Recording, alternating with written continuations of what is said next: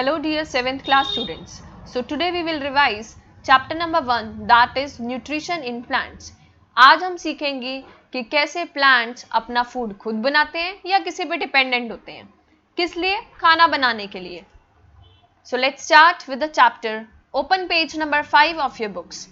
First line में क्या लिखा हुआ है कि सारे लिविंग बींग्स, चाहे वो प्लांट्स हो चाहे वो एनिमल्स, चाहे वो माइक्रो ऑर्गेनिजम्स हो, सबको एनर्जी चाहिए. क्यों? रहने के लिए. They use energy to carry on all the basic functions for life. अब आप स्कूल तक चल के आ रहे हो, आप घर में काम कर रहे हो. कब कर रहे हो? जब आपके पास एनर्जी है. एनर्जी किससे आती है? फूड से. तो ये फूड कहाँ से आता है ये सीखना है हमने. सबसे पहले आपको याद रखना है कि न्यूट्रिशन के जनरली दो टाइप्स होते हैं. ऐसा प्रोसेस जिससे फूड लिया जाता है और बॉडी से यूटिलाइज किया जाता है, उस प्रोसेस को हम बोलते हैं न्यूट्रिशन. न्यूट्रिशन के टू मोड्स होते हैं. Number 1 is autotrophic and number 2 is heterotrophic. Autotrophic and heterotrophic mode of nutrition. Auto means self, hetero means dependent. ऐसे ऑर्गेनिजम्स जो अपना फूड खुद बना लेते हैं उनको हम बोलते हैं ऑटोट्रॉफिक न्यूट्रिशन. ऐसे ऑर्गेनिजम्स जो दूसरे पे डिपेंड होते हैं फूड के लिए, उसको हम बोलते हैं हीटरोट्रॉफिक न्यूट्रिशन. अब बात करते हैं ऑटोट्रॉफिक की. ऑटोट्रॉफिक सिर्फ सेल्फ वाले कौन होते हैं? प्लांट्स ही होते हैं जो अपना खाना खुद बनाते हैं. हम लोग किस पे डिपेंड हैं? डायरेक्टली और इनडायरेक्टली ऑन प्लांट्स. हम लोग गेहूं हो गए, चावल हो गए, वो सब किससे आ रहा है? प्लांट से आ रहा है. तो हमारे लिए फूड कौन है? पौधा. लेकिन पौधा अपना फूड कैसे बनाता है? खुद. इसलिए हम बोलते हैं कि न्यूट्रिशन इन प्लांट्स किस मोड की होती है? Autotrophic mode of nutrition. जो अपना खाना खुद बना लेते हैं. Organisms that can synthesize or make their own food with the help of simple inorganic substances like carbon dioxide and water are called autotrophs. अब आपको यहाँ पे जो ऑटोट्रॉफ्स और हीटरोट्रॉफ की डिफाइन लिखी है वो मैं आपको समझा चुकी हूँ. अगर हम ऑटोट्रॉफिक न्यूट्रिशन की बात करें तो प्लांट्स अपना खाना खुद कैसे बनाते हैं? देखो बेटा, आप पौधे को क्या देते हो? Carbon dioxide. और साथ में क्या देते हो? रूट्स में पानी, है ना. लेकिन जो पौधा होता है वो सन से क्या लेता है? Sunlight. This is carbon dioxide. You have to learn this formula. Carbon dioxide, this is water.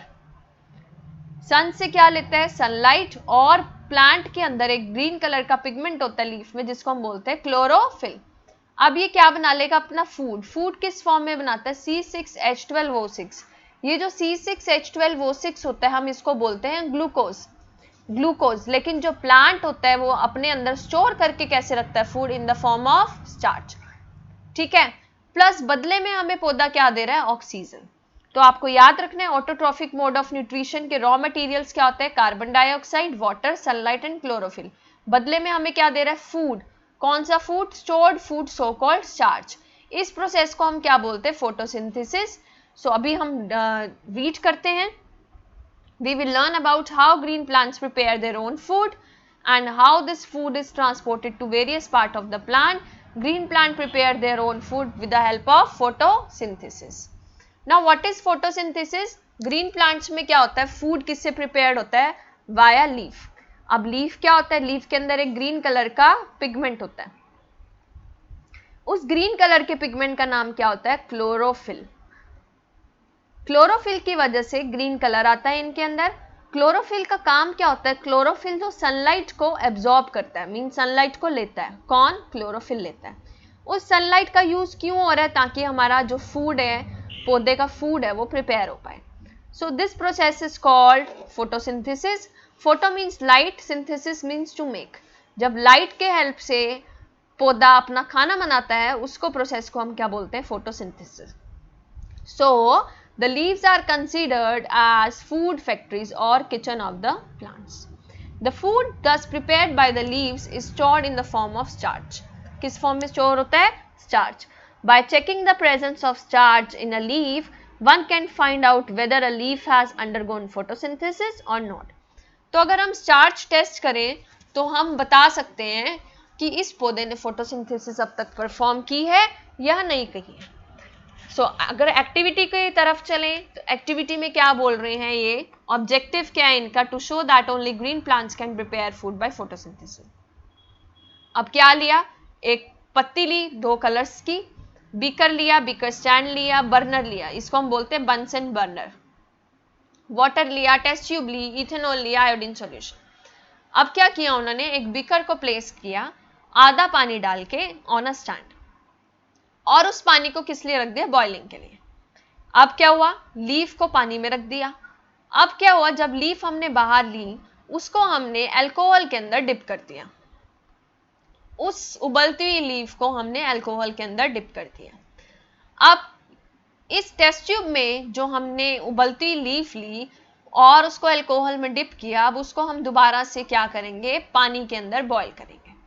ठीक है, जैसे जैसे अल्कोहल गर्म होना स्टार्ट होगा, क्लोरोफिल पत्ते से रिमूव होना स्टार्ट हो जाएगा और पत्ता हो जाएगा colourless.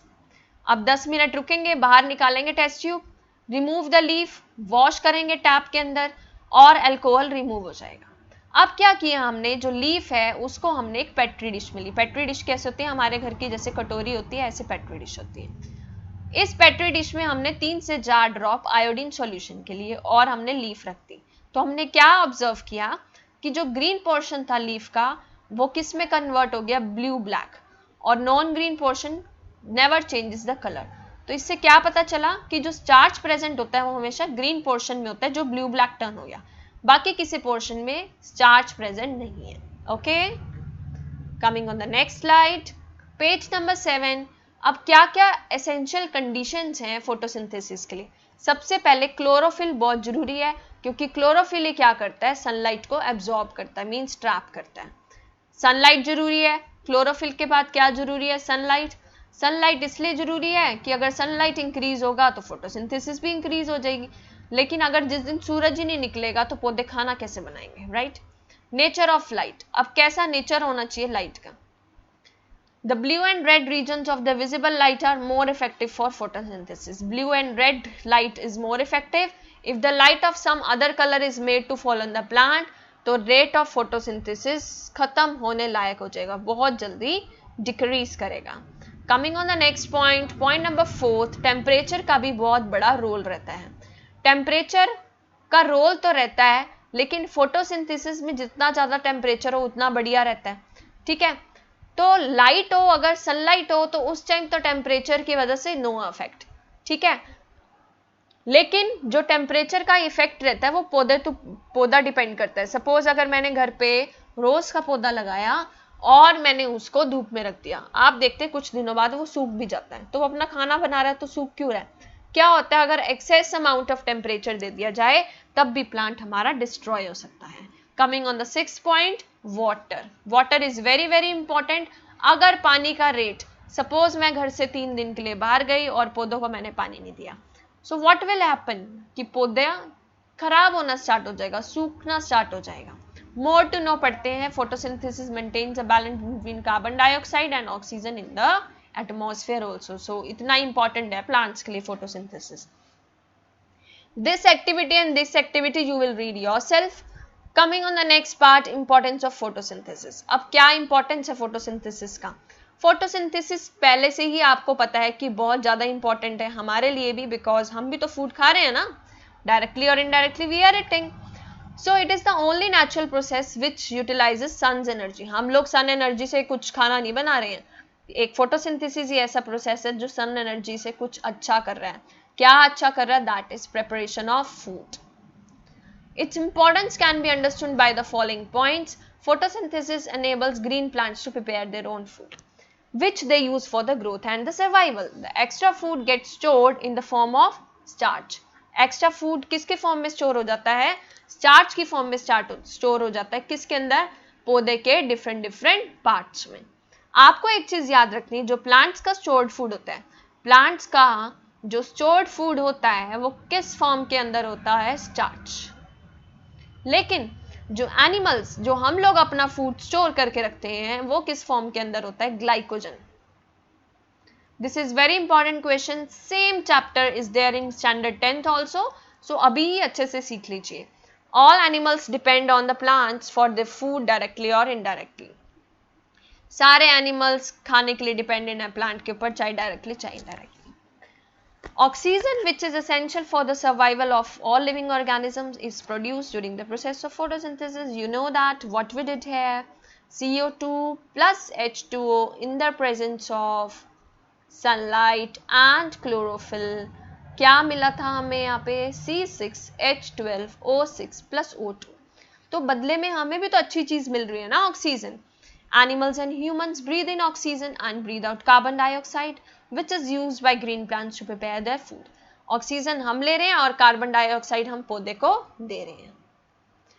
Now what is heterotrophic nutrition? ऐसी न्यूट्रिशन जिसमें कोई अपना फूड खुद प्रिपेयर नहीं कर सकता। क्या होता है वो? डिपेंडेंट होता है। किसके ऊपर डिपेंड करता है? दूसरे के ऊपर। उसको हम बोलते हैं heterotrophic mode of nutrition. Heterotrophic के बिना आगे 4 पार्ट्स आ जाते हैं। Parasitic, saprophytic, symbiotic and insectivorous. Now what is parasitic mode of nutrition? आपने देखा होगा बेटा कि बचपन में पेट में कीड़े हो जाते हैं, लेकिन स्टिल आप जिंदा थे ना तब। तो पैरासिटिक मोड ऑफ न्यूट्रिशन का मतलब क्या होता है? जब हमारी मीन्स होस्ट की बॉडी पे रह के कोई भी ऑर्गेनिज्म अपना खाना ले रहा है, उससे रोटी ले रहा है, होस्ट की बॉडी हमारे पेट से खाना ले रहा था। कौन? वॉर्म्स, पेट के कीड़े, लेकिन हम तो स्टिल जिंदा थे। तो आपको याद रखना है, जब होस्ट की बॉडी से कोई खाना लेता है और हमें बिना अफेक्ट किए, उसको हम बोलते हैं parasitic mode of nutrition. So parasitic organisms live and derive their food from the other organism. Parasite desires benefit from the host and harm it in the process. कुछ हद तक हार्म भी कर देता है। The parasitic organism is called a parasite and the plant और animal that suppose a parasite is called host. जिसकी body पे रह रहा है उसको हमने क्या बोला? होस्ट। पैरासिटिक प्लांट या तो स्टेम पैरासाइट हो सकते हैं या फिर रूट पैरासाइट, डिपेंडिंग अपॉन कि वो किससे लिए जा रहे हैं। So parasites are of 2 types, total parasite and partial parasite.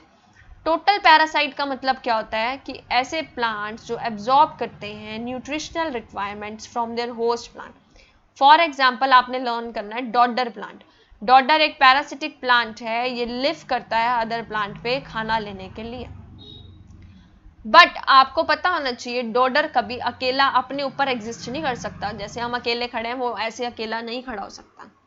Partial parasite, total means totally parasite पे रहते हैं, पार्शियल मीन्स कुछ हद तक। For example these plants produce their food on their own but receive water and minerals from the host plant. Partial क्या करते हैं? पानी और मिनरल्स लेने जाते हैं होस्ट से। ऐसे plants bear green leaves, for example mistletoe plant. Next is saprophytic mode of nutrition. Saprophytic का मतलब ऐसे ऑर्गेनिजम्स जो अपना खाना मरे हुए जीव जंतु से लेते हैं, that is dead and decaying organism, उसको हम बोलते हैं saprophytic mode of nutrition. For example you will learn yeast and mushroom easy से। The mode of nutrition in which the organism take nutrients in the solution from dead decaying matter is called saprophytic mode of nutrition. ये dead से क्यों लेते हैं? क्योंकि इनके पास क्या नहीं प्रेजेंट होता? क्लोरोफिल प्रेजेंट नहीं होता। देखो जैसे मशरूम है, वो गंदी जगह उगता है, डेड डिकेइंग पे उगता है, लेकिन हम स्टिल खा रहे हैं, है ना। सो मशरूम क्या है? It is a type of micro organism. Next हम बात करते हैं इंसेक्टिवोरस न्यूट्रिशन की। इंसेक्टिवोरस न्यूट्रिशन क्या होता है? Like animals, some plants also feed on small insects.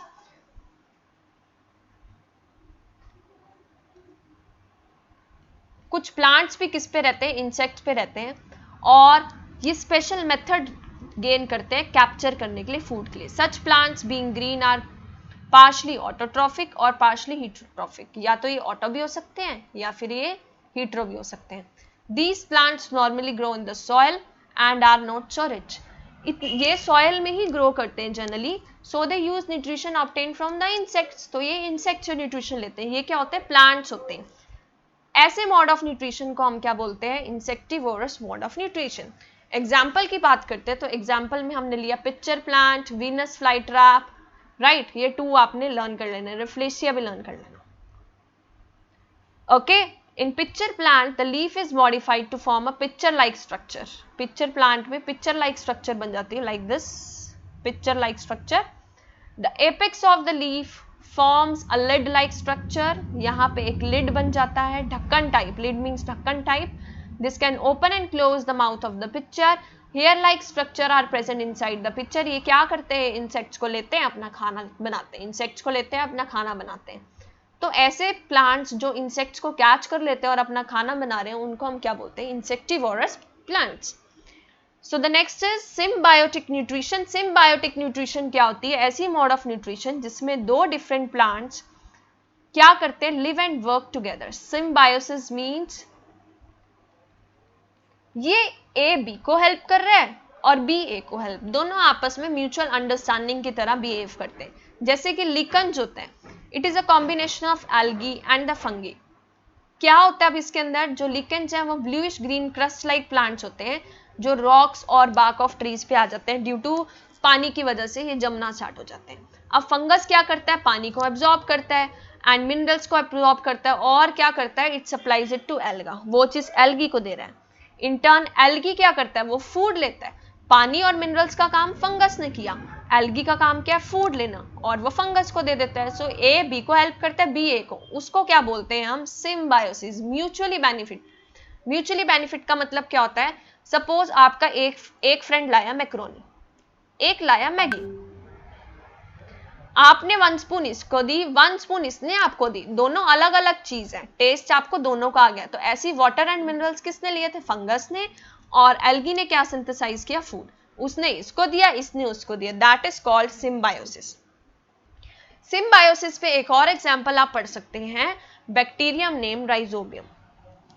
Rhizobium अपना प्लांट जो फूड है वो किस में बनाते हैं, नोड्यूल्स में। अब ये नोड्यूल्स क्या होती हैं, सपोज ये देखो, ये रूट्स होती हैं, इसकी जब ज्यादा जड़ें आ जाती हैं और यहाँ पे गोल गोल स्ट्रक्चर बनना स्टार्ट हो जाता है, उसको हम बोलते हैं नोड्यूल्स। ये देखो, ये गोल गोल दिख रहा है आपको, this all are the nodules. तो rhizobium is a common example is a bacterium named Rhizobium which makes its home in the nodules on the roots of leguminous plant. Rhizobium has the ability of fixing air nitrogen, आपको पता है, but oxides of nitrogen in the nutrition for green plant and it makes the soil fertile. साथ साथ क्या बना रहा है वो, soil को fertile. So ऐसे रिलेशन को हम क्या बोलते हैं, सिम्बायोसिस रिलेशन। न्यूट्रिशन एक और मोड की होती है, इसको हम बोलते हैं होलोजोइक मोड ऑफ न्यूट्रिशन। ये आप अपने बुक के यहाँ कॉर्नर पे ऐड कर लेंगे, holozoic. Holozoic mode of nutrition का मतलब क्या होता है, जब कोई ऑर्गेनिज्म सॉलिड फूड बाहर से लेता है उसको हम बोलते हैं होलोजोइक मोड ऑफ न्यूट्रिशन। इसके 2 एग्जांपल कर लेने, ह्यूमन बींग्स एंड अमीबा। हम क्या कर रहे हैं, सॉलिड फूड खा रहे हैं, that is called holozoic mode of nutrition. So students, we have revised chapter number 1 in detail. If you have any problem, you can ask in the group. Now we will start with the next chapter in the next video. Thank you.